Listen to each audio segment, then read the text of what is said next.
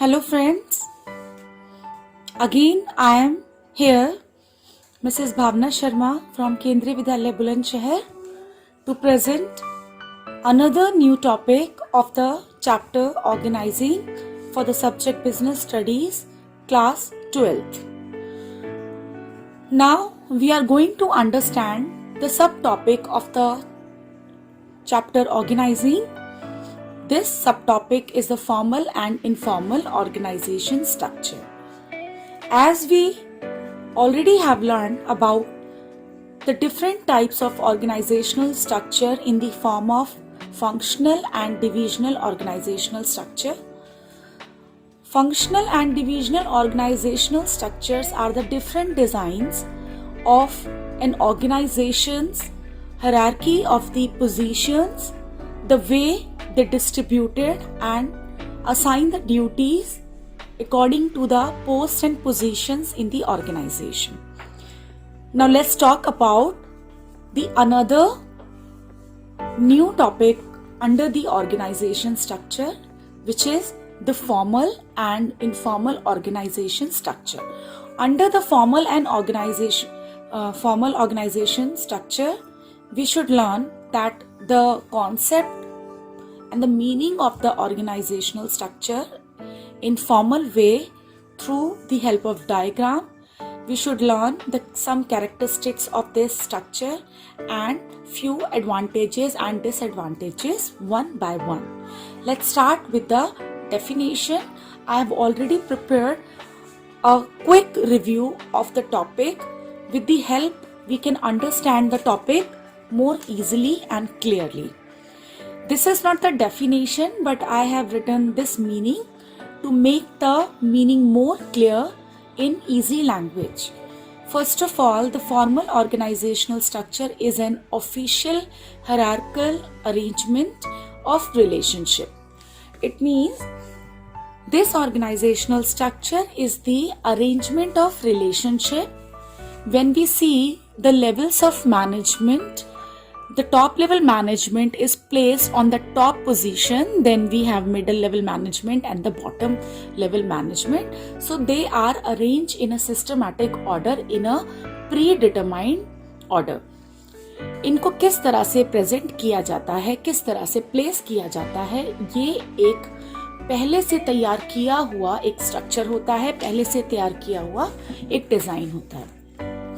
Definitely जो top level के managers हैं वो उनकी पोजीशन हायर होगी, उनका डेजिग्नेशन भी हायर होगा और उनके बाद नेक्स्ट कैटेगरी में जो मैनेजर आएंगे वो उनसे लोअर पोजीशन पर काम करेंगे और मिडिल लेवल के कंपैरिजन में बॉटम लेवल के मैनेजर उनके लोअर लेवल पर और लोअर पोजीशंस पर काम करेंगे. जैसे कि यहाँ लिखा है an official hierarchical arrangement.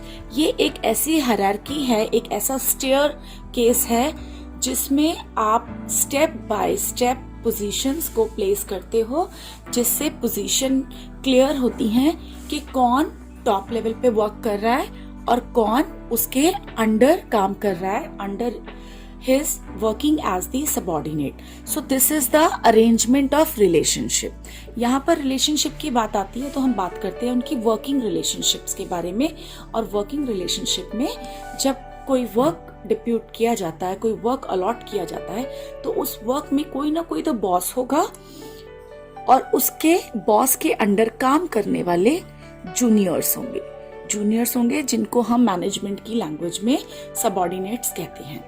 So this is relationship between different jobs भी पोजीशन के अकॉर्डिंग दी जाएगी. Who is on the higher position, जो हायर पोजीशन पे पोस्टेड है उसको ज्यादा इंटेलेक्चुअल जॉब प्रोवाइड की जाती है, जिसमें mainly decision making, policy making, objectives setup के काम आते हैं, जो कि टॉप लेवल मैनेजमेंट करता है. अब वो डिफरेंट जॉब्स के बीच में किस तरह से अरेंजमेंट किया है, बाय मेकिंग डिफरेंट डिपार्टमेंट्स बना दिए गए हैं. डिपार्टमेंट्स जैसा कि फंक्शनल ऑर्गेनाइजेशनल स्ट्रक्चर में हम बात करते हैं कि एक एमडी एक टॉप पोजीशन पे होता है, उसके अंडर बहुत सारे डिपार्टमेंट्स काम करते हैं as per the requirement of the organisation. अगर ऑर्गेनाइजेशन पेन प्रोड्यूस कर रही है तो उस पेन के लिए प्रोडक्शन डिपार्टमेंट भी ज़रूरी है, उस पेन के लिए आपका परचेज डिपार्टमेंट भी ज़रूरी है, रॉ मटेरियल परचेज करने के लिए, उसको फंड करने के लिए फाइनेंस डिपार्टमेंट की भी ज़रूरत पड़ेगी, उसको एडवर्टाइज करने के लिए मार्केटिंग डिपार्टमेंट की भी ज़रूरत पड़ेगी। तो जो मैनेजिंग डायरेक्टर होगा या फिर जो जनरल मैनेजर होगा, जो कि सभी मैनेजर्स का हेड माना जाएगा और माना पोजीशन के according, the general manager is the manager of all the managers in the organisation. तो जितने भी वेरियस डिपार्टमेंट्स होंगे उनको किस तरह से अरेंज किया जाएगा, उनकी जॉब्स को किस तरह से अरेंज किया जाएगा और वो ऑफिशियली किस तरह से एक दूसरे से रिलेटेड होंगे, that is all about the formal organisational structure. इसका मतलब उनको कुछ फॉर्मेलिटीज माननी पड़ेंगी। वो फॉर्मेलिटीज एक टॉप लेवल मैनेजमेंट और जो हायर पोजीशन पर काम करने वाले पीपल होते हैं एक ऑर्गेनाइजेशन में, वो उनको बनाकर आगे इम्प्लीमेंट करने के लिए ट्रांसफर कर देते हैं, कन्वे कर देते हैं, जिससे हमें दिए गए इंस्ट्रक्शंस पर, दिए गए गाइडलाइंस के फ्रेमवर्क में रहकर काम करना है। हम उससे बाहर जाकर काम नहीं कर सकते। अब क्योंकि ये एक ऐसा ऑर्गेनाइजेशनल स्ट्रक्चर है जिसमें ऑफिशियल अरेंजमेंट्स है। ऑफिशियल का मतलब एक फॉर्मेलिटी एक ऑर्गेनाइजेशन में फॉलो की जा रही है। वो फॉर्मेलिटी को पूरा करने के लिए वो फॉर्मेलिटी का डिजाइन पहले से ही बनाया जा चुका है और वो डिजाइन बनाने वाले होते हैं top level management. Top level management ये ऑर्गेनाइजेशनल स्ट्रक्चर को डिजाइन करते हैं, क्रिएट करते हैं और वही डिसाइड करते हैं कि कौन किसका बॉस होगा, कौन किसका सबऑर्डिनेट होगा, कौन किस लेवल पे काम करेगा, कौन किस पोजीशन पे काम करेगा, according to their qualification, experience and competencies. So this is the structure which is, हम बिलीव कर रहे हैं टॉप लेवल मैनेजमेंट ने इसको सोच समझ के इंटेंशनली क्रिएट किया है अपने काम के अकॉर्डिंग, अपना काम और अपने टारगेट्स को अचीव करने के लिए। यहाँ पे लिखा है ये अरेंजमेंट इसलिए की जाती है in order to attain certain goals. तो वो गोल्स होते हैं ऑर्गेनाइजेशनल ऑब्जेक्टिव्स। अब बात करते हैं कि इसमें क्या क्या कैरेक्टरिस्टिक्स हैं इस ऑर्गेनाइजेशनल स्ट्रक्चर के, यानी क्या क्या फीचर्स हैं, इसकी क्या क्या क्वालिटी है इस ऑर्गेनाइजेशनल स्ट्रक्चर की। सबसे पहला है इट क्लैरिफाइज रिलेशनशिप। जैसा कि मैंने बताया आपको कि ये ऑर्गेनाइजेशनल स्ट्रक्चर डेलिब्रेटली बनाया जाता है, यानी सोच समझ के बनाया जाता है कि कौन किसके अंडर काम करेगा और कौन किसके अबव काम करेगा in terms of position, in terms of ranks in the organisation. तो वहाँ पे सबको पता है कि मेरा बॉस कौन है और बॉस को भी पता है कि मेरा सबऑर्डिनेट कौन है, मेरे हुक्म कौन मानेगा और मेरे दी हुई इंस्ट्रक्शंस के अकॉर्डिंग काम कौन करेगा। तो वहाँ पर रिलेशनशिप्स जो होती हैं वो क्लैरिफाई हो जाती हैं। यहाँ पे एक यूनिटी ऑफ कमांड के अकॉर्डिंग ये समझ में आ जाता है कि मुझे किससे कमांड मिलेंगे और जो कमांड देगा उसको भी ये क्लैरिफाई होगा कि मेरे कमांड कौन मानेगा, मैं एक पर्टिकुलर काम के लिए किसको रिस्पॉन्सिबल बना सकता हूँ। और वो उसकी टीम ऑटोमेटिकली क्रिएट करके पहले से ही डिजाइन करके उसको प्रोवाइड कर दी जाती है। यहाँ पर तो रिलेशनशिप क्लियर हो जाती है, उनकी वर्किंग रिलेशनशिप्स क्लियर हो जाती हैं।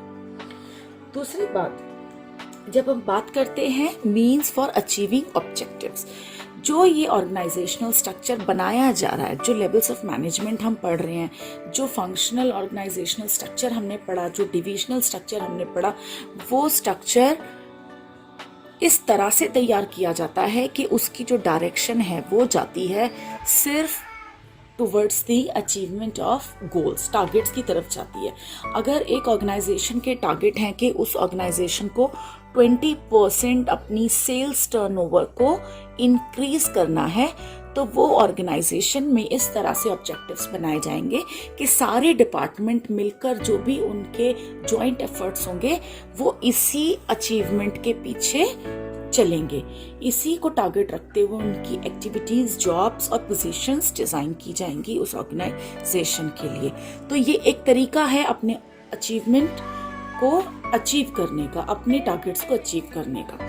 तो अब यहाँ पर थर्ड पॉइंट आता है जो फॉर्मल ऑर्गेनाइजेशनल स्ट्रक्चर है वो एफर्ट्स को इंटीग्रेट करता है between the interlink department. Interlink department एक ऑर्गेनाइजेशन के, जैसे कि मैंने अभी मेंशन किया कि एक ऑर्गेनाइजेशन के कुछ डिपार्टमेंट्स होते हैं, जैसे कि most importantly we have purchase, production, finance, marketing department. तो वो डिपार्टमेंट, क्योंकि they all are working for the common goals, so that's why the task is integrated, the task is coordinated in such a way so that they will move only towards the objectives. वो किसी और काम के लिए अपने efforts को, अपने resources को वेस्ट नहीं करेंगे और वो सारे टारगेट्स जॉइंट एफर्ट करते हैं उन टारगेट्स को अचीव करने के लिए। सारे डिपार्टमेंट्स एक ही दिशा में आगे बढ़ते हैं अपने उद्देश्यों को अचीव करने के लिए।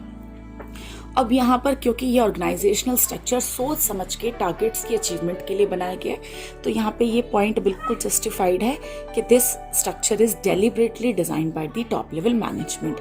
यानी ये टॉप लेवल मैनेजमेंट का काम है, जो उसने फुल इंटेंशन और फुल कॉन्शियस के साथ अपना तैयार किया है। उसको इस तरह से बनाया गया है जिससे ज़्यादा से ज़्यादा सक्सेस रेट हासिल हो सके और ऑर्गेनाइजेशन अपने टारगेट्स को ऑप्टिमम यूटिलाइजेशन के साथ अपने रिसोर्सेज को ज़्यादा से ज़्यादा उपयोग करते हुए हासिल कर ले। Fourth characteristic is the more emphasis on the completion of work timely. Basically एक ऑर्गेनाइजेशन यही चाहेगी कि उसके दिए हुए काम टाइम पर पूरे हो जाएं, क्योंकि अगर काम पूरा हो जाएगा लेकिन आप अपना टाइमली वर्क पूरा नहीं कर रहे हो तो पूरे हुए टाइम का जो रिजल्ट है उसका बेनिफिट आपको नहीं मिलेगा। क्योंकि ऑर्गेनाइजेशन एक टाइम फ्रेमवर्क में रहकर ही अपने सारे टारगेट्स को पूरा करती है। तो यहाँ पर काम कंप्लीशन को तो इम्पोर्टेंस दी जाती है, लेकिन फोकस किया जा रहा है कि टाइम के अकॉर्डिंग ही टास्क कंप्लीट हो, उसके बाहर जाएगा तो उस काम की इम्पोर्टेंस खत्म हो जाएगी। और अगर ये काम पर ज़्यादा इम्पोर्टेंस दे रहे हैं, क्योंकि ये एक रिलेशनशिप है जो वर्क की वजह से, ऑब्जेक्टिव्स की वजह से क्रिएट हुई है, कुछ टारगेट्स अचीव करने के लिए ही पोजीशंस डिज़ाइन की गई हैं, तो इसीलिए ये काम को ज़्यादा इम्पोर्टेंस देंगे, प्रेफरेंस देंगे। और वहाँ पर इंटरपर्सनल, अपने फैमिली में क्या इश्यूज़ हैं, किसी की हेल्थ क्या मैटर करती है, किसी की हेल्थ प्रॉब्लम है, किसी का कोई पर्सनल रीज़न है, कोई किसी की टायर्डनेस है, किसी के कुछ साइकोलॉजिकल किसी को इश्यूज़ हैं, तो वहाँ पर उन चीज़ों को पीछे छोड़ते हुए सिर्फ हमारे टारगेट्स कंप्लीशन को इम्पोर्टेंस दी जाती है। इसीलिए क्योंकि ये स्ट्रक्चर ही इन्हीं उद्देश्यों के साथ बना है कि कुछ उद्देश्यों को अचीव किया जा सके। उसके बाहर, उस फ्रेमवर्क के बाहर जो कुछ भी इश्यूज आते हैं, मैटर्स आते हैं, वो इस स्ट्रक्चर के लिए मैटर नहीं करते। वो हमारी फॉर्मेलिटीज अगर हम पूरी कर रहे हैं तो हमें एक फॉर्मल स्ट्रक्चर में ही रहना पड़ेगा, और इंटरपर्सनल रिलेशनशिप उस स्ट्रक्चर के बाहर जाकर क्रिएट होते हैं। उस स्ट्रक्चर के अगर उसमें हम एम्फेसिस करेंगे, अगर उसको हम इम्पोर्टेंस देंगे, तो डेफिनेटली हमारा ये कंप्लीशन ऑफ टारगेट पीछे छूट जाएगा, जैसे कि जो इस ऑर्गेनाइजेशनल स्ट्रक्चर की रिक्वायरमेंट नहीं है। अब यहाँ पे बात करते हैं कि इसके एडवांटेजेस क्या क्या हैं। According to the NCERT we have some important points.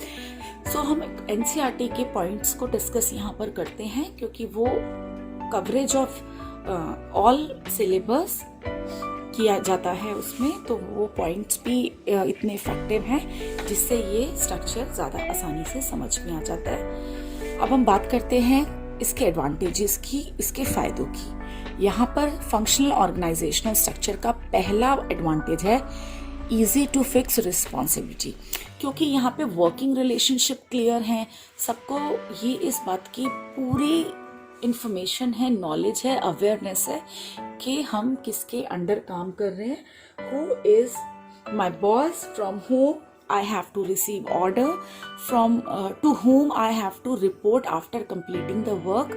तो यहाँ पे हर किसी को पता है कि ये काम कौन ख़त्म करेगा, ये काम किसको असाइन किया गया है, जिसको वो टास्क असाइन किया गया है वो उस काम को करने की फुल रिस्पॉन्सिबिलिटी अपने ऊपर लेगा। तो वहाँ पर उस काम के रिलेटेड, उस काम के कॉन्टेक्स्ट में जब भी हम बात करेंगे तो हम एक फिक्स पर्सन से बात करेंगे, क्योंकि एक फिक्स रिस्पॉन्सिबिलिटी अगर यहाँ पर है तो इसका मतलब वो बंदा भी क्लियरली मेंशन है जिसको वो रिस्पॉन्सिबिलिटी दी गई है, तो उसको उस फंक्शन के लिए अप्रोच करना इजी हो जाता है। तो ये हमारा पहला एडवांटेज है कि हम ये नहीं कहेंगे कि ये काम जो है, हम सबसे नहीं पूछेंगे काम क्यों नहीं ख़त्म हुआ, ये काम में किस तरह की कमी रह गई, या इस काम को उतनी क्वालिटी से नहीं किया जितनी क्वालिटी की रिक्वायरमेंट थी या एक्सपेक्ट की जा रही थी। तो क्योंकि अब हमें वो पर्सन को हम आइडेंटिफाई कर रहे हैं कि कौन है वो पर्सन, तो वो उससे हमें जानकारी लेना आसान हो जाता है। हम उसको आइडेंटिफाई करते हैं तो हम उससे क्वेश्चन भी कर सकते हैं, क्योंकि उसकी रिस्पॉन्सिबिलिटी उसको असाइन की गई है, तो उसकी अकाउंटेबिलिटी ईजी हो जाती है उस काम के लिए। Next point is the avoid duplication of work. Duplication of work, जैसे कि ये हमारा फंक्शनल ऑर्गेनाइजेशनल स्ट्रक्चर में भी था पॉइंट, तो अवॉइड डुप्लीकेशन ऑफ वर्क में हम लेते हैं, डुप्लीकेशन ऑफ वर्क का मतलब होता है जिस काम को करने के लिए सिर्फ एक बार ज़रूरत थी, उसको अगर बार बार किया जा रहा है, वो तभी किया जाएगा जब लोगों को ये पता नहीं होगा, इंडिविजुअल को ये पता नहीं होगा कि ये काम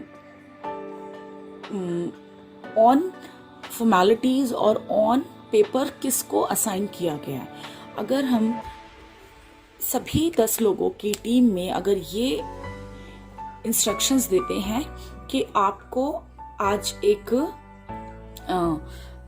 कस्टमर कॉन्फ्रेंस करनी है या अपनी मीडिया कॉन्फ्रेंस करनी है, मार्केटिंग की अगर मैं बात करूं, मार्केटिंग में आपके अंडर काम करने वाली 10 लोगों की टीम है और आप उन 10 लोगों को एक साथ बोल देते हो कि आज आपको मीडिया कॉन्फ्रेंस करनी है जिसमें कस्टमर्स को डील करना है, कस्टमर भी होंगे उस कॉन्फ्रेंस में, तो ये आज का वर्क है। लेकिन आपने ये नहीं बताया कि उसको हेडेड कौन करेगा, या उस पर्टिकुलर फंक्शन को मॉनिटर कौन करेगा, या उस फंक्शन को इनिशिएट कौन करेगा। तो हो सकता है जिसका इंटरेस्ट हो वो भी उसको कर दे, हो सकता है जिसका वो टास्क को करने के लिए जो अपने आप को रिस्पॉन्सिबल या उसको काम को इनिशिएट करना चाहता हो वो उसको कर दे, हो सकता है उस काम को कोई भी ना करे, हो सकता है उस काम को एक से ज़्यादा व्यक्ति, एक से ज़्यादा इंडिविजुअल परफॉर्म कर दे। तो वहाँ पे जिस काम को एक पर्सन को करने की रिक्वायरमेंट है, वहाँ पे एक से ज़्यादा अगर कोई उसको कर देगा तो डेफिनेटली अगर एक ही काम को 2 लोग करेंगे तो दोनों में से एक इंडिविजुअल अपना दूसरा काम छोड़कर उसमें अपना टाइम और अपनी एनर्जी वेस्ट करेगा। तो यहाँ पर अगर हमने क्लियर लाइन सेट कर दी है, सबको बता दिया है कि किसकी क्या क्या पोस्ट है, कौन क्या क्या वर्क करेगा, उनकी हमने जो रिलेशनशिप क्लियर कर दी है, हमने उनको बता दिया है कि उनकी रिस्पॉन्सिबिलिटी क्या है, तो वहाँ पर वो दिए हुए काम को उसी एरिया के अंदर, उसी फील्ड के अंदर रहकर कंप्लीट करेंगे। वहाँ पे डुप्लीकेशन ऑफ वर्क होने के चांसेस लेस होते हैं। Unity of command is the principle of management which says that every subordinate should get order from one boss at one time. तो यहाँ पर boss और subordinate, superior subordinate relationship is clear. That's why the unity of command can be easily followed. Goal oriented है, like I said this, that every target, every effort, every resource is going towards the objectives of the organization for which the whole organization create the formal structure. तो जब formal structure जिस reason पर stand किया गया है, जिस reason पर create किया गया है, तो वो एक प्रोसेस गोल ओरिएंटेड हो जाता है, उसका पूरा कंसंट्रेशन गोल की अचीवमेंट रहता है। The last point is providing stability. Definitely, if the person is working under the guidelines or the leadership of one superior who is the expert of his respective department, तो उसके guidance में this is the 6th point and the last point under the advantages of the formal organizational structure, which says that formal structure providing stability. Stability can be the stability of work of an individual and the stability of the organization as whole. हम दोनों की ही बात कर रहे हैं यहाँ पे, that organization is going towards the stability in terms of its survival, in terms of its growth, in terms of its expansion, in terms of the improvement in the performance of the people who are working in the organization. और अगर ये stability provide कर रहा है because you are working on the set lines, ये एक set lines है जिस पर एक ऑर्गेनाइजेशन काम करती है, और अगर आपकी ऑर्गेनाइजेशन और उस ऑर्गेनाइजेशन में काम करने वाले individuals they are aware about that what is the frame, what is the boundary in under which they have to perform, तो एक लिमिटेड स्पेस में और एक लिमिटेड वर्कलोड के साथ अंडर द गाइडलाइंस और under the leadership of his superior he will perform better and will improve on the set lines of consistency. तो definitely individual improve करेगा थ्रू द फॉर्मल स्ट्रक्चर, और जब कोई individual improve करता है तो individual directly और इनडायरेक्टली ऑर्गेनाइजेशन की स्टेबिलिटी को promote करता है, contribute करता है. So that's why this is the last advantage, providing stability. But it does not mean that this structure does not have some disadvantages. इसकी भी कुछ कमियां हैं. हम कमियों की अगर बात करें that we have number of disadvantages, जिसमें पहला है इसका delays in work.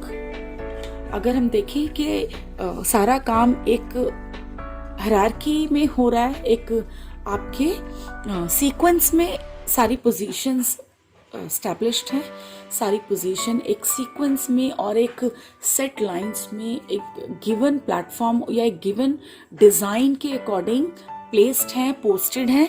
तो अगर कोई इन्फॉर्मेशन है जो इन्फॉर्मेशन देनी है बॉटम लेवल मैनेजर को, लेकिन वो इन्फॉर्मेशन रिलेटेड है पूरी ऑर्गेनाइजेशन की रेप्यूटेशन से जुड़ी हुई, तो वहां पर उस बॉटम लेवल को पहले मिडल तक अप्रोच करना पड़ेगा, देन वो मिडल टॉप लेवल पर के पास उस इंफॉर्मेशन को लेकर जाएगा. अननेसेसरी ये इंफॉर्मेशन पहुंचने में देर लगाएगी, जिससे टॉप लेवल मैनेजर को, टॉप लेवल मैनेजमेंट को डिसीजंस लेने में डिले होगी. Similarly, in the government offices are the good example of the series of positions from top to bottom and bottom to top. If somebody who is on the lower position need to tell about his problems and difficulties he is facing during his work, तो वहाँ पे वो problem क्योंकि solve तो top level management ही करेगी, क्योंकि अगर ये problem is not sorted by the bottom level manager or it not sorted by the middle level manager, so definitely this issue will go to the top level manager. तो वहाँ पे top level manager उसके concern में जो decision लेगा वो decision लेने में time लगेगी due to the number of position between the top to bottom. और हम according to the formalities or the formal structure or the official lines of communication हमें डायरेक्टली अप्रोच करने का अपने सुपीरियर्स को वहाँ पर मौका नहीं मिलता. तो उसके कॉन्टेक्स्ट में अगर देखा जाए तो डिसीजंस लेने में डिले होती है. If the decisions are taken late, that means the work will be done by taking more time than the requirement. Come to the another disadvantage of the FOS means formal organization structure, that is difficult in understand relationship.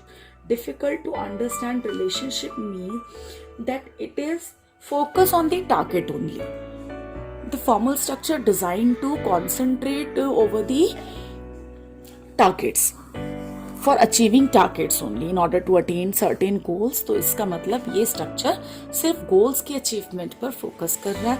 तो वहाँ पर जब goals को focus किया जा रहा है तो एक ऑर्गेनाइजेशन में जो काम कर रहे हैं वो ह्यूमन बींग्स हैं, and human beings are surrounded by so many issues and matters which are not only related to the official work, not only related to the formalities or his work, it can be the issues from his family, from his neighborhood, from his health, from his financial conditions, from the other conditions which वहाँ पे एक relationship जो understand की जाती है, that is only relationship between the different jobs and different departments. Relationship between the person and his hobby will not be taken as an excuse in the organization while we are working under the formal organizational structure. Now the third point, this is very rigid structure. Rigid means जो हमने बना दिया, जो top level management ने बना दिया, पूरी organisation को उसी चैनल्स पे, उसी लाइंस पे, उसी स्ट्रक्चर के अंदर रहकर काम करना है, जिसको अगर चेंज कर सकती है या उसको ऑल्टर या मॉडिफाई कर सकती है तो वो टॉप लेवल मैनेजमेंट करेगी, और किसी को उस लेवल पे उसको मॉडिफाई करने का राइट नहीं होता है. तो इसीलिए ये बहुत ज़्यादा फ्लेक्सिबल नहीं है, इट इज़ रिजिड. तो that's why it has the feature of rigidity, जो एक कमी है कि बहुत सी डायनेमिक इन्वायरमेंट में हमें अपने आप को इतना फ्लेक्सिबल रखना चाहिए कि हम सिचुएशन के अकॉर्डिंग चेंज हो सकें या अपने आप को ऑल्टर या मॉडिफाई कर सके, हम अपना वे चेंज कर सके. If somebody is facing a problem of shortage of money for some economical expenses, तो वहाँ पर वो अगर एडवांस लेना चाहता है ऑर्गेनाइजेशन से, तो उसमें एडवांस की फैसिलिटी उसकी ऑर्गेनाइजेशन में होनी चाहिए. तो उस केस में उस ऑर्गेनाइजेशन की उस रिजिडिटी की वजह से उसको डीमोटिवेट और उसको डिस्करेजमेंट मिलेगा, जो एक ऑर्गेनाइजेशन के लिए ठीक नहीं है. तो ऑर्गेनाइजेशन में एम्प्लॉयज़ को खाली असाइनमेंट्स नहीं देने हैं, उनको सेट लाइंस पे काम नहीं कराना है, लेकिन इतनी फ्लेक्सिबिलिटी अपनी ऑर्गेनाइजेशन में रखनी है जिससे एक फॉर्मल स्ट्रक्चर की डिसएडवांटेजेस उसकी ऑर्गेनाइजेशन पे इफेक्ट ना डाल सके, उसके ऑब्जेक्टिव्स को अचीव करने में कोई इफेक्ट, कोई नेगेटिव इन्फ्लुएंस ना डाल सके. So let's come to the another structure of the this chapter. This is the informal organization structure. So come to the informal organization structure. Informal organizational structure बिल्कुल opposite है formal organisation structure का, लेकिन खास बात यह है कि ये ऑर्गेनाइजेशन में ही क्रिएट होता है, ये ऑर्गेनाइजेशन में ही देखने को मिलता है. बिल्कुल जैसे फॉर्मल ऑर्गेनाइजेशन स्ट्रक्चर है, ये भी अपनी एक इम्पॉर्टेंट प्लेस एक ऑर्गेनाइजेशन में रखता है, लेकिन इसको ना तो मैनेजर्स बना रहे हैं, ना ही ये ऑब्जेक्टिव्स की अचीवमेंट के लिए बनाया जा रहा है, ना ही इसके अंदर बॉस और उसके सबऑर्डिनेट्स के कोई प्लेस होता है, ना ही किसी भी तरह की ये ऑफिशियल लाइंस पर चलता है. सो this is the structure. For example मैं बताती हूँ इसका मीनिंग. सपोज हमारी एक ऑर्गेनाइजेशन में 100 एम्प्लॉयज हैं, and out of that 100 employees anybody is the head of other. कोई एक हेड है, people working on the same post, joined on the basis of the same habits. अब वो काम कर रहे हैं, कोई किसी का हेड है, लेकिन अगर उनकी हॉबीज और उनके इंटरेस्ट सेम हैं, तो वो घर जाकर अगर अपने शाम को आपस में मिल रहे हैं और साथ मिलकर क्रिकेट खेल रहे हैं, तो वहाँ पे हेड और उसके सबऑर्डिनेट, सुपीरियर सबऑर्डिनेट वाली रिलेशनशिप को तो वो मेंटेन नहीं कर रहे. ऑफिस कहता है कि this designation is superior and the other designation is a subordinate, और ये एक already created, intentionally created relationship है जो काम करने के उद्देश्य से अपने टारगेट्स को अचीव करने के लिए तैयार की जाती हैं. लेकिन इनफॉर्मल में ऐसा नहीं होता. इनफॉर्मल में ये ऑर्गेनाइजेशन अनऑफिशियल होता है, एक फ्री फॉर्म होती है, वो किसी भी डायरेक्शन में क्रिएट हो सकता है. एक ऐसा स्ट्रक्चर है जो क्रिएट किया जाता है ऑटोमेटिकली. ऑटोमेटिकली का मतलब है ये अपने आप बन जाता है, इसको बनाने की या इसके ऊपर टाइम वेस्ट करने की ज़रूरत नहीं है. इसको टॉप लेवल मैनेजमेंट बैठकर अपना कीमती वक्त बर्बाद करके अगर बना रही है, तो this is a very wastage of resources and time of the top level management. This is created automatically क्योंकि एक ऑर्गेनाइजेशन में काम करने वाले लोगों के कुछ सोशल रिलेशंस भी होते हैं। वो सोशल नेटवर्क्स हो सकते हैं कि जो बॉस है वो घर जाने के बाद आपका पड़ोसी हो, आपके घर के बराबर में ही रहता हो, तो वहाँ पर आप उसको बॉस की तरह से ट्रीट नहीं करोगे। You will treat that person as your neighbour, you will talk nicely. लेकिन इसका मतलब ये नहीं है कि अगर वो घर जाके बोले कि अगर यहाँ पर सपोज आपके लोकेलिटी में आपके गली की स्ट्रीट लाइट बंद हो गई है, तो वहाँ पे वो अपना बॉसी एटीट्यूड दिखाते हुए नहीं बोलेगा कि मिस्टर वर्मा आप जाके चलो जरा चेक करो तार बार कि ये क्या कहीं से क्या शॉर्ट सर्किट हो गया है कि क्या इसमें इलेक्ट्रिसिटी की प्रॉब्लम हो गई है। तो वहाँ पे जो सबॉर्डिनेट एक ऑफिस में था, वो सबॉर्डिनेट आपके घर जाने के बाद is not bound to follow the orders of that person who is the boss in the official structure, क्योंकि ये ऑफिशियल तो है ही नहीं, ये अनऑफिशियल स्ट्रक्चर है जो बिल्कुल फ्रीली अपने आप क्रिएट हो जाता है, किसी भी डायरेक्शन में क्रिएट हो जाता है। जब हम एक बात करते हैं एक ऐसे ऑर्गेनाइजेशन की जो कि फॉर्मल है, तो फॉर्मल में रिलेशनशिप तय की जाती है कि फॉर्मल की जो रिलेशनशिप है, that relationship is the superior on the top and subordinate at the bottom. यहाँ पे और यहाँ से जो डाउनवर्ड्स आ रहे हैं वो ऑर्डर्स आ रहे हैं, और ऑर्डर्स ये यहाँ पे सबॉर्डिनेट बाउंड है इन ऑर्डर्स को मानने के लिए। लेकिन जब वो अगर अपने घर जा रहे हैं तो वहाँ पे वो उन ऑर्डर्स को मानने के लिए बाउंडेड नहीं है। वहाँ पे जो है वो दोनों नेबर्स हैं, एक सोसाइटी के दोनों इक्वल पोजीशन पर रहने वाले मेंबर्स हैं। तो सबसे पहली बात तो ये है कि ये एक ऐसा स्ट्रक्चर है जो कि जब ऑर्गेनाइजेशन में लंच ब्रेक होता है या टी ब्रेक होता है, तो जो आपस में लोग बैठकर अपने सोशल इश्यूज को शेयर करते हैं, अपने पर्सनल इश्यूज को शेयर करते हैं, तो अपनी फीलिंग्स को शेयर करते हैं और वहाँ पर फ्रेंड्स बन जाते हैं। वहाँ पे उनकी एक अच्छी बॉन्डिंग हो जाती है जो कि काम से रिलेटेड नहीं है। वो बॉन्डिंग जो है उनकी साइकोलॉजिकल सेटिस्फैक्शन से रिलेटेड है।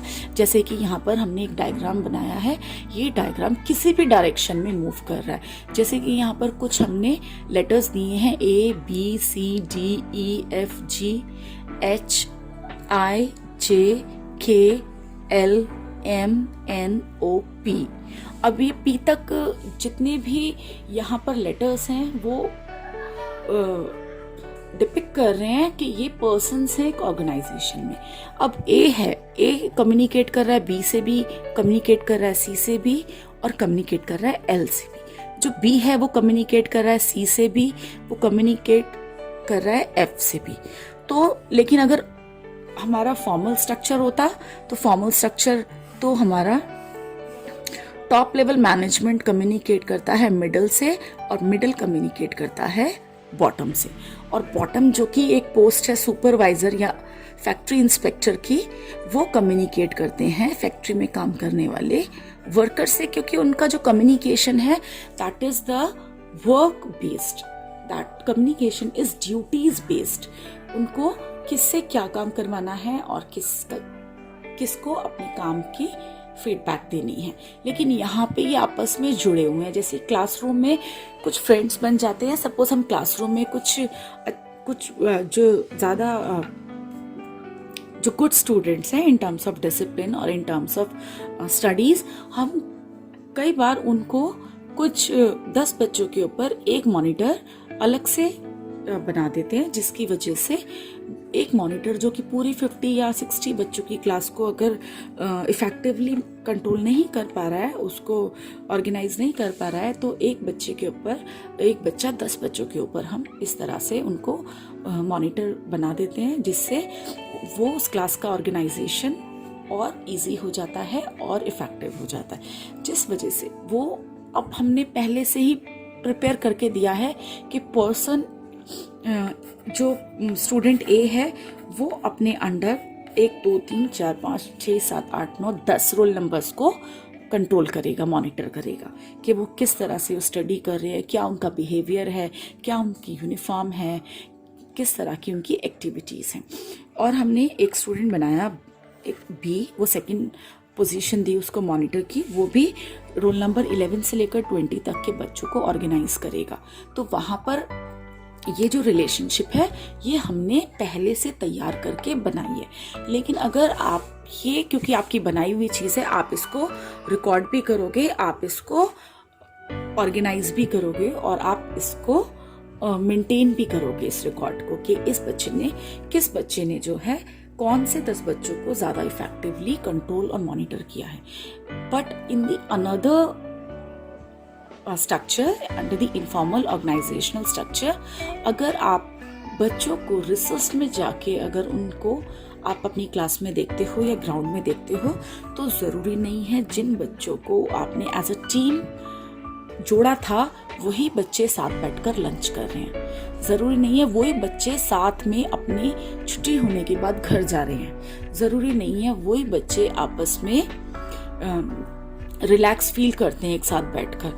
ये इनफॉर्मल स्ट्रक्चर जो है ये टोटली बेस्ड है साइकोलॉजिकल सेटिस्फैक्शन पर, पर्सनल और इमोशनल शेयरिंग ऑफ फीलिंग्स पर। तो यहाँ पर ये एक ऐसा स्ट्रक्चर है जो अगर बनता है तो काम करने वाले अलग अलग पोजीशंस में लोग फ्रेंड्स बनते हैं या एक टीम बनते हैं, एक ग्रुप बनते हैं। वो ग्रुप सिमिलर नेचर की एक्टिविटीज़ को भी शेयर कर रहा होगा, वो ग्रुप कॉमन इंटरेस्ट को भी शेयर कर रहा होगा। उनके कॉमन इंटरेस्ट भी हो सकते हैं, उनका कॉमन फेवरेट सेलिब्रिटी भी हो सकता है वो किसी एक पर्टिकुलर पॉलिटिकल पार्टी को प्रमोट कर रहे हो, that's why they are club together. तो वहाँ पर लेकिन उनको टॉप लेवल मैनेजमेंट ने नहीं बोला कि इस पार्टी को आपको जो है प्रमोट करना है तो ये 20 लोग इकट्ठे हो जाओ, इनकी हमें ज़रूरत पड़ेगी कैंपेनिंग कराने में। ऐसा नहीं है, ये अपने आप ही क्रिएट होता है, इसको फोर्स नहीं किया जा सकता। Because if you are sharing your feeling, you cannot force anybody to open up your heart. Informal structure में यहाँ पर बिल्कुल साइकोलॉजिकल इफेक्ट होता है जिससे सोशल नेटवर्किंग बनती है। इसके फीचर्स अगर हम देखें, इसका फीचर नंबर 1 है no set lines of communication, यानी यहाँ पर कोई सेट लाइन नहीं है, ये फ्री फ्लो हो रहा है, कोई भी किसी से बात कर रहा है, कोई भी किसी से कनेक्टेड है, कोई भी किसी से कनेक्टेड नहीं है, according to their needs and relationships. दूसरा पॉइंट है जॉब सेटिस्फैक्शन। अब सेटिस्फैक्शन का मतलब है अगर उनको जॉब से कोई भी स्ट्रेस होता है, अगर they have any stress in job, कोई उनको बॉस डांट रहा है या उनके ऊपर काम का ज़्यादा प्रेशर है या वो एक्स्ट्रा वर्किंग आवर्स में काम कर रहे हैं, तो वो बड़ी उनकी जॉब बोरिंग हो जाती है, मोनोटोनियस हो जाती है। तो अगर उसका फ्रेंड उसके साथ बैठकर कुछ गॉसिप कर रहा है ब्रेक्स में, या कुछ हंसी मजाक हो रहा है, या फिर किसी भी तरह से वो अपनी कुछ पर्सनल इश्यू शेयर कर रहे हैं, तो वहाँ पे उस पर्सन को जॉब में सेटिस्फैक्शन मिलेगा और वो उसको थोड़ा सा स्ट्रेस फ्री महसूस करेगा, रिलैक्स फील करेगा। गोल ओरिएंटेड ग्रुप नॉर्म्स, इसका जो ओरिएंटेशन है उसका गोल है कि जो आप जिस ग्रुप के साथ जुड़े हो उस ग्रुप के जो भी नॉर्म्स हैं, वो जिस भी चीज़ को प्रेफर कर रहे हैं, सपोज वो किसी पर्टिकुलर क्रिकेटर को या क्रिकेट टीम को प्रमोट कर रहे हैं, या किसी वो पर्टिकुलर इवेंट को प्रमोट कर रहे हैं, या किसी स्टार को या एक्टर एक्ट्रेस को प्रमोट कर रहे हैं, तो उस पूरे ग्रुप के नॉर्म्स जो होते हैं वो ही उस ग्रुप के बनने का रीज़न है, गोल है। अब यहाँ पे इमर्जेस स्पॉन्टेनियसली, जैसे कि आपने गमले में कोई पर्टिकुलर पौधे के सीड्स डाले, सपोज आप रोज़ का प्लांट चाहते हैं तो आपने रोज़ के सीड्स डाले प्लांट में, लेकिन कई बार कोई बर्ड्स दूसरे प्लांट के कुछ लीव्स या कुछ उसके रिमेनिंग पार्ट्स छोड़ जाते हैं, जिससे आपके प्लांट में कुछ बिना ज़रूरत की घास उग जाती है। तो ये उसको बोलते हैं स्पॉन्टेनियसली, अपने आप उग जाना। तो ये वाला जो ऑर्गेनाइजेशनल स्ट्रक्चर है, जब लोग मिल रहे हैं due to the working relationship, तो उनमें से जो एक दूसरे को पसंद कर रहे हैं, उनकी क्वालिटीज़ को पसंद कर रहे हैं, तो वो आपस में फ्रेंड्स बन जाते हैं। तो ये ऑर्गेनाइजेशनल स्ट्रक्चर ऑटोमेटिकली बन जाता है। फ्रेंड्स को या फिर आपके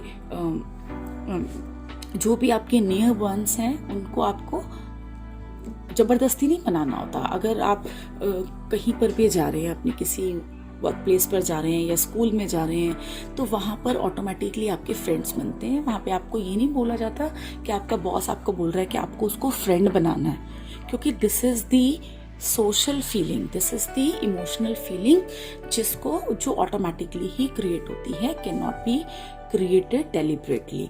अब इसमें नो डेफिनेट स्ट्रक्चर, इसका कोई स्ट्रक्चर नहीं, आप देख सकते हैं कोई भी फिक्स स्ट्रक्चर नहीं है, ये ऑटोमेटिकली कहीं से भी कहीं भी जा रहा है, किसी से भी कनेक्ट हो रहा है। अब आ जाते हैं इसके एडवांटेजेस पे। पहला है no formal lines of communication, आपस में जो कौन किससे बात करेगा उसकी फॉर्मल लाइंस नहीं है, उसकी फॉर्मेलिटी नहीं है, आपका जिससे मन करे आप उससे बात कर रहे हो, जिसके साथ आपकी अटैचमेंट या आपका अफेक्शन लेवल अच्छा है आप उससे बात कर रहे हो। आपको यहाँ पे बताया नहीं जाता कि इसके साथ आपको अच्छे से बात करनी है और इसके साथ आपको गुस्से में बात करनी है। साइकोलॉजिकल सेटिस्फैक्शन मिलता है जॉब में, वो डेफिनेटली मेंटल रिलैक्सेशन मिलती है। आपकी जॉब अगर किसी भी तरह से स्ट्रेसफुल है तो आपको एक फ्रेंड जो है आपका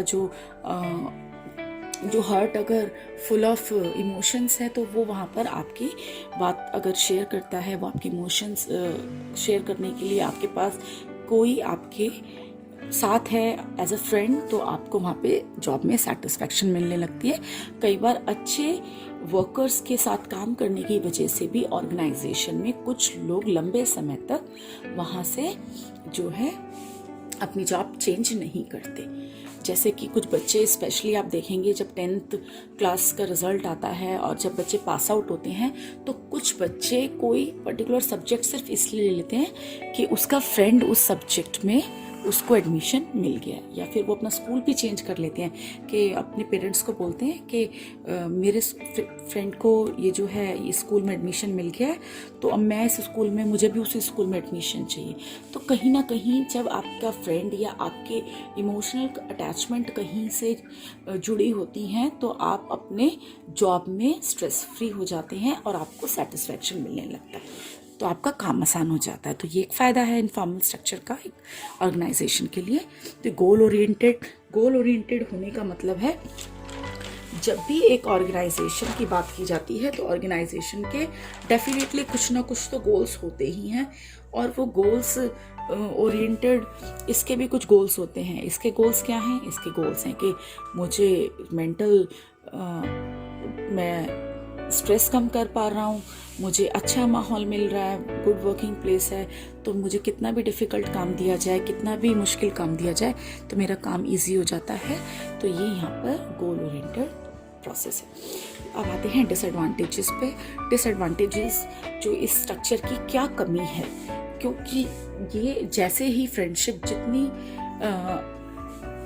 स्ट्रॉन्ग रिलेशनशिप होती है उतनी ही कई बार ये एक तरह का एक ऐसा एटमॉस्फेयर भी क्रिएट कर देती है जिसमें एक इंसान के बिलीफ को दूसरा उसका फ्रेंड मानना शुरू कर देता है।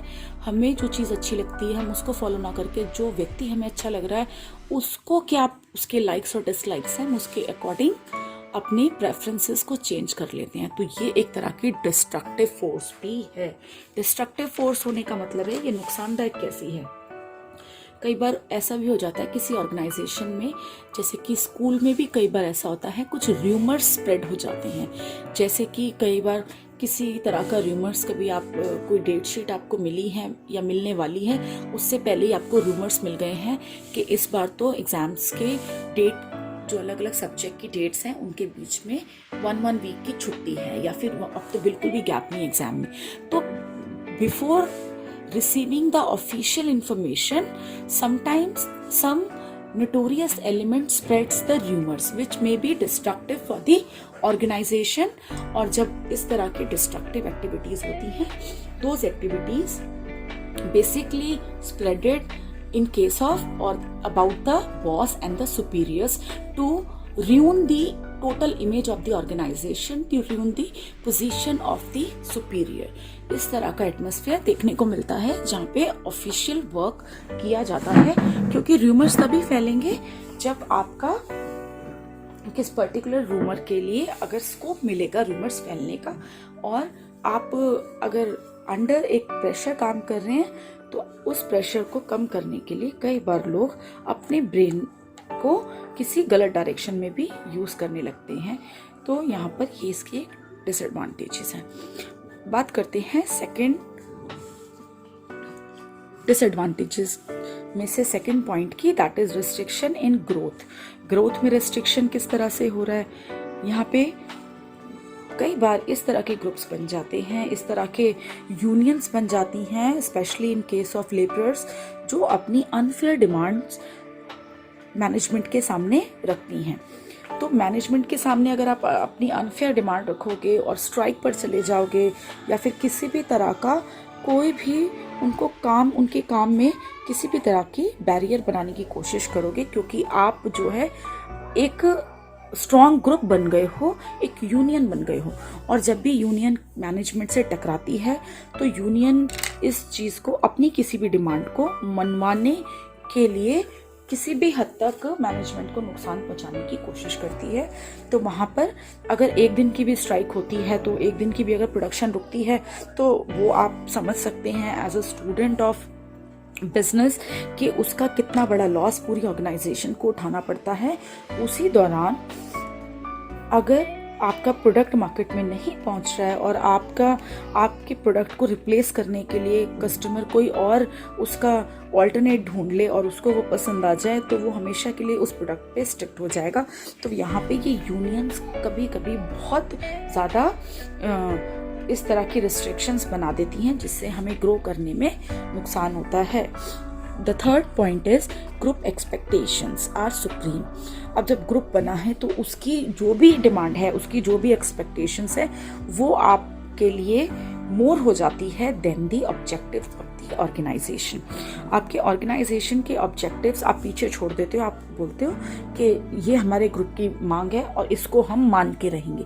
इस लाइन को कहने का मतलब ये है कि आपकी जो डिमांड है that is supreme and superior, and whatever the objectives of the organization for which the organization is created, for the organization is running, वो आपने उनको पीछे छोड़ दिया, उनको नकार दिया है। तो यहाँ पे इसी वजह से ये हमारी एक कमी हो जाती है ऑर्गेनाइजेशन के लिए।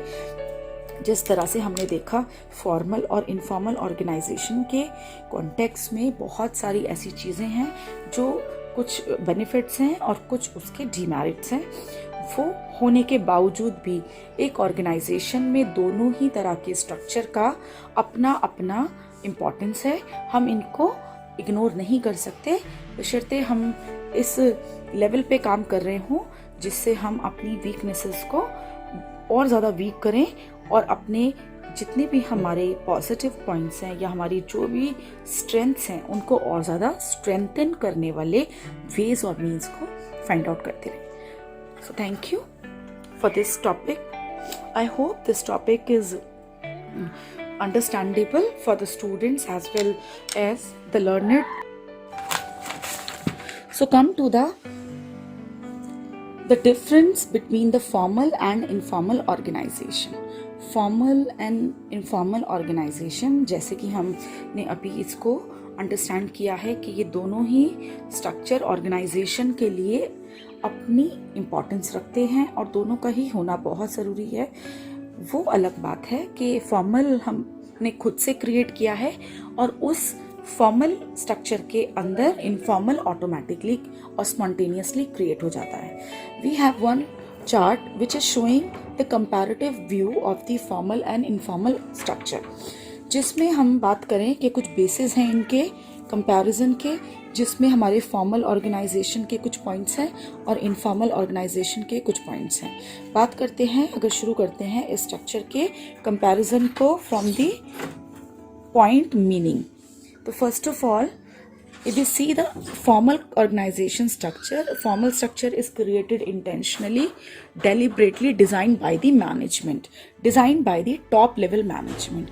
इसको तो हम पढ़ चुके हैं कि इसको top level management full consciousness के साथ इंटेंशनली बना रही है अपने टारगेट्स की अचीवमेंट के लिए। अगर इनफॉर्मल की बात करें कि उसका क्या मीनिंग है, तो ये क्रिएट हो जाता है अपने आप ही इंटरपर्सनल रिलेशंस की वजह से।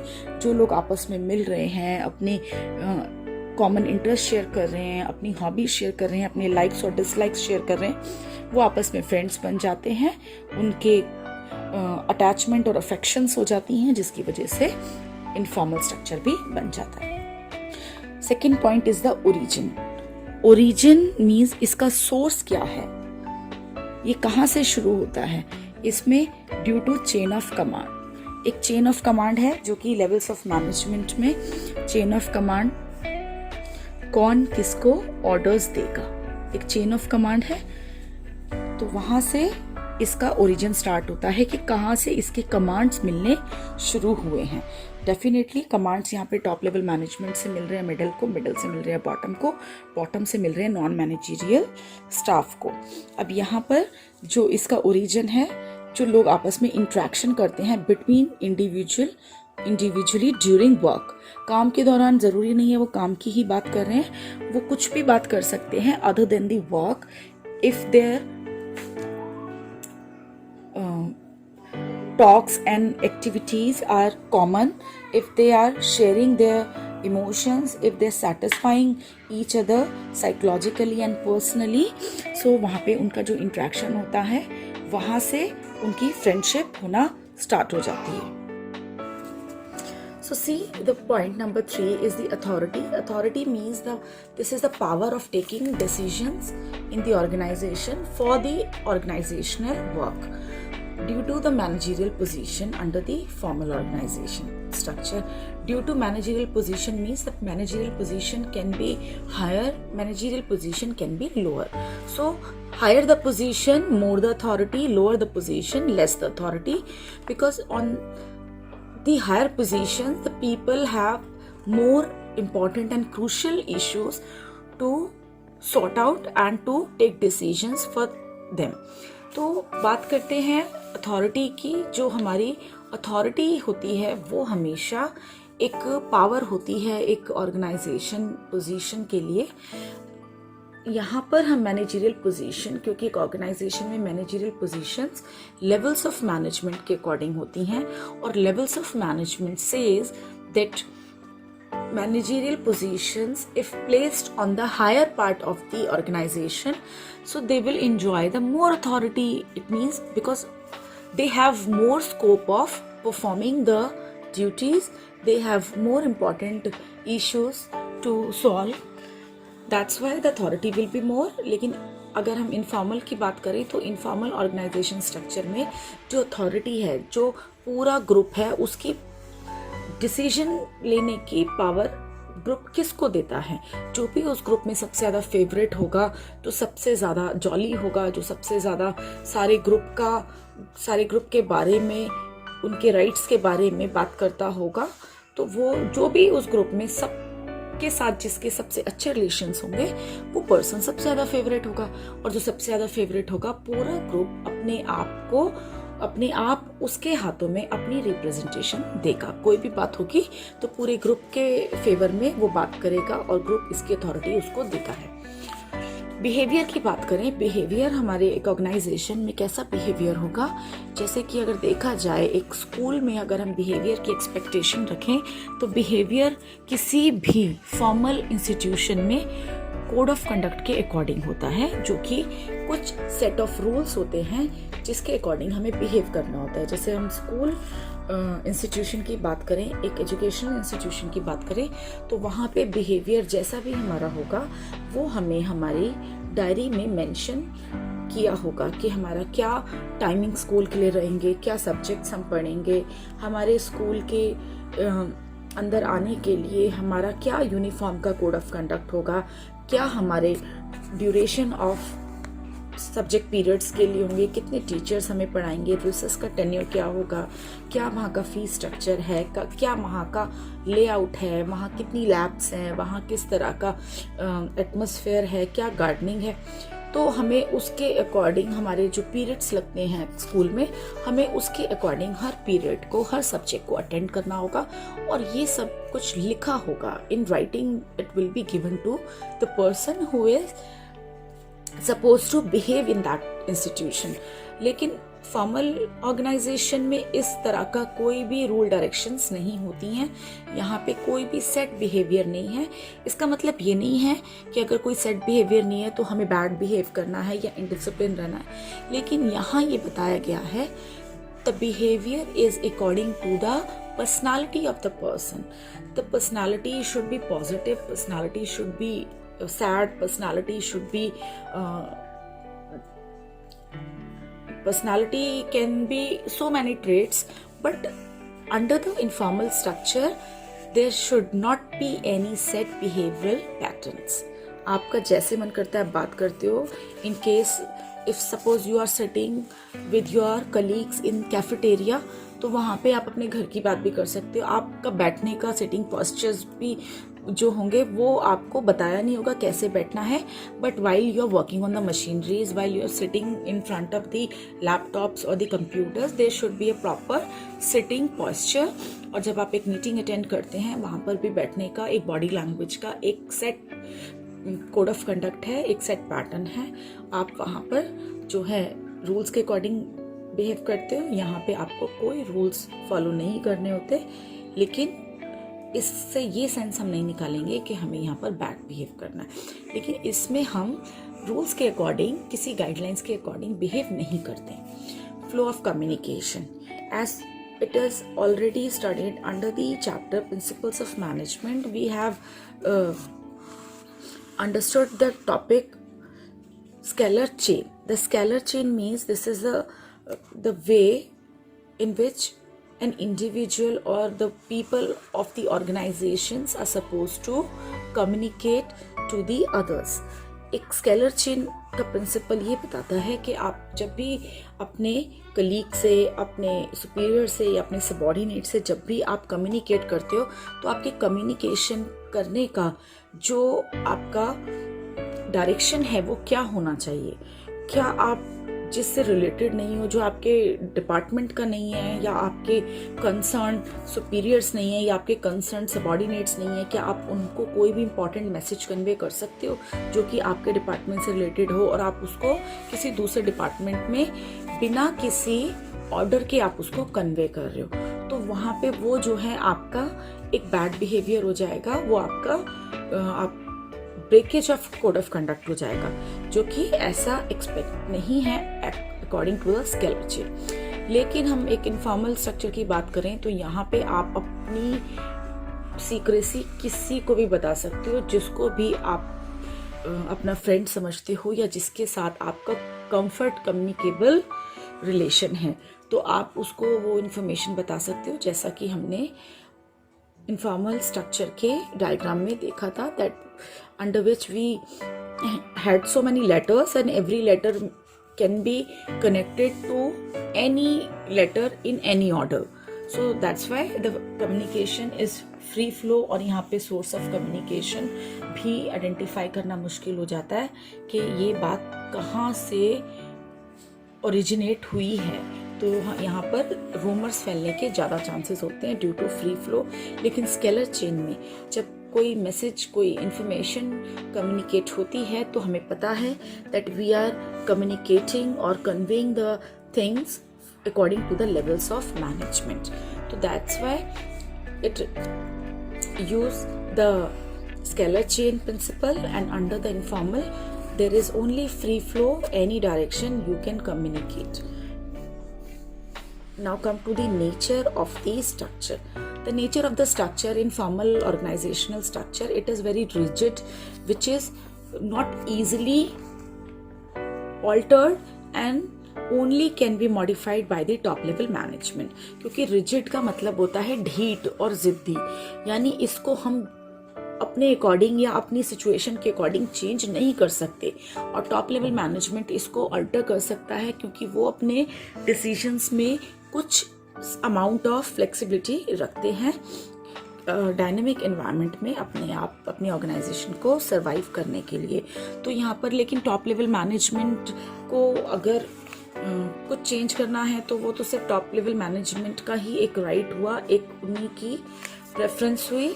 लेकिन अगर किसी और ऑर्गेनाइजेशनल पार्ट पर कोई ऐसा डिसीजन है या कोई ऐसा काम है या कोई ऐसी एक्टिविटी है जो कि चेंज करने की उसको ज़रूरत पड़ रही है, लेकिन आप उसको अपने लेवल पे चेंज नहीं कर सकते, क्योंकि आपको अकॉर्डिंग टू रूल्स और सेट लाइंस जो मैनेजमेंट ने आपको बना के दिया उन सेट लाइंस पर काम करना है, इसीलिए इसका नेचर रिजिड है, अनफ्लेक्सिबल है। और यहाँ पे हमारा कंप्लीटली फ्लेक्सिबल स्ट्रक्चर है।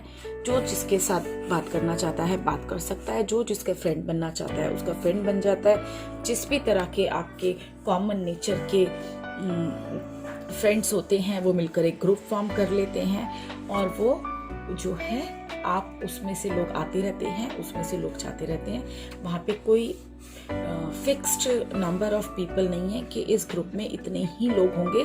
लेकिन जब एक सुपीरियर के अंडर एक टीम दी जाती है तो वहाँ पे number of subordinate according to the work and according to the workload are fixed. So come to the next point, leadership. Who is the leader of the formal groups?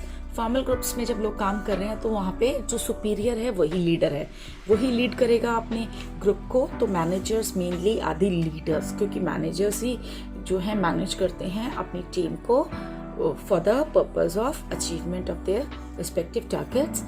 लेकिन यहाँ पर informal की अगर हम बात करें तो यहाँ पे जो भी सबसे पॉपुलर इंडिविजुअल होगा, जो सबसे पॉपुलर पर्सन होगा, जो जिसको पूरा ग्रुप पसंद करता है, उसी को वो अपना लीडर बना लेते हैं, उसको अपना ग्रुप फेस बनाकर हमेशा फ्रंट में रखते हैं। Focus under the formal structure, the focus is always on the well defined goals जो कि पहले से बने हुए हैं, क्योंकि फॉर्मल स्ट्रक्चर ही इन गोल्स को अचीव करने के पर्पज से बनाया जाता है। तो यहाँ पर जितने भी एक्टिविटीज़ कंडक्ट हो रही हैं या जितने भी कोड ऑफ कंडक्ट हम फॉलो कर रहे हैं, या जो भी मैनेजरियल पोजीशंस बनी हैं, या फिर जो कमांड्स दिए जा रहे हैं, या जो हम स्केलर चेन का प्रिंसिपल यूज़ कर रहे हैं कम्युनिकेशन के लिए, वो सभी इस दिशा में आगे बढ़ते हैं जिससे हमारे उस ऑर्गेनाइजेशनल गोल्स को अचीव किया जा सके। लेकिन यहाँ पर इसका गोल क्या है, ये किस पर फोकस करते हैं? ग्रुप की एक्सपेक्टेशंस पर। ग्रुप की एक्सपेक्टेशंस का मतलब है जो ग्रुप की, अगर ग्रुप बोल रही है कि हमारी सैलरी बढ़नी चाहिए, तो वो ऑर्गेनाइजेशनल गोल को पीछे छोड़ देंगे और उसी बात पर जो है जिद करके बैठ जाएंगे और उसको अपने मैनेजमेंट के सामने प्रेजेंट करेंगे। उसके ऊपर स्ट्राइक्स भी कर सकते हैं, उसके ऊपर वो अपनी ऑर्गेनाइजेशन के अगेंस्ट भी जाके खड़े हो सकते हैं, प्रोडक्शन रोक सकते हैं। तो जो ग्रुप एक्सपेक्टेशंस है यहाँ पर इनफॉर्मल ऑर्गेनाइजेशनल स्ट्रक्चर में वही इम्पॉर्टेंट होती हैं, लेकिन फॉर्मल स्ट्रक्चर में हमारे गोल्स हमारे लिए मेनली फोकस्ड होते हैं और हमें उनकी अचीवमेंट के लिए ही ये सारा स्ट्रक्चर तैयार करना पड़ता है फॉर्मल। अब यहाँ पे बात आती है कि हमने ये फॉर्मल इनफॉर्मल स्ट्रक्चर तो पढ़े हैं, हमने तो अभी इससे पहले फंक्शनल डिविजनल स्ट्रक्चर भी पढ़े थे। तो ये इसका मतलब क्या, ऑर्गेनाइजेशनल स्ट्रक्चर की जो टाइप्स हैं वो 4 हैं? ऐसा नहीं है। फंक्शनल और डिविजनल ऑर्गेनाइजेशनल स्ट्रक्चर जो है वो बेसिकली ऑर्गेनाइजेशनल स्ट्रक्चर के डिज़ाइंस हैं, लेकिन वो डिज़ाइंस किस तरह से काम किए जाएंगे, उनसे क्या क्या एक्सपेक्टेशंस की जाएगी, ये फॉर्मल ऑर्गेनाइजेशनल स्ट्रक्चर बताता है।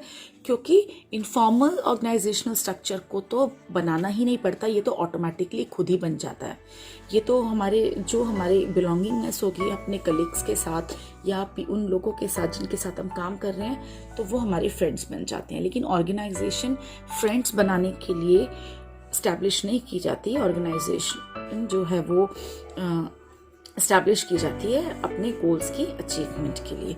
तो जो हमारा फॉर्मल स्ट्रक्चर है, फंक्शनल डिविजनल दोनों ही फॉर्मल ऑर्गेनाइजेशनल स्ट्रक्चर होते हैं, क्योंकि वो दोनों ही according to the purpose of the organisation create किए जाते हैं, डिज़ाइन किए जाते हैं, वो अपने आप से नहीं बन जाते। लेकिन इनफॉर्मल स्ट्रक्चर जो है वो फंक्शनल में भी अपने आप क्रिएट हो जाता है और डिविजनल में भी अपने आप क्रिएट हो जाएगा, जो कि उन लोगों के अंदर साइकोलॉजिकल सेटिस्फैक्शन प्रोवाइड करता है, जिससे उनकी जो जॉब है वो मोनोटोनियस होने से बचती है, बोरिंग होने से बचती है।